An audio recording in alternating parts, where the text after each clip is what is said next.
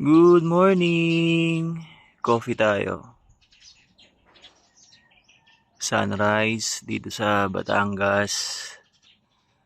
Ganyan yung paligid mo. Tas yung maririnig mo, ingay ng mga ibon.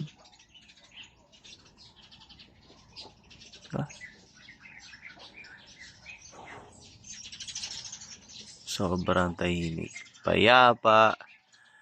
Malayo sa ingay ng politika. Isa pa sa maganda rito yung mahina signal. Talagang kung gusto mo nang malayo sa ingay ng internet, dito maganda.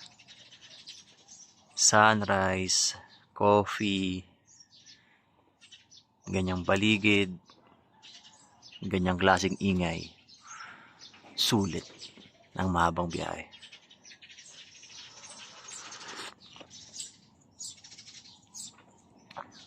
Kakamis ang Mindoro. Ingay ng mga ibon.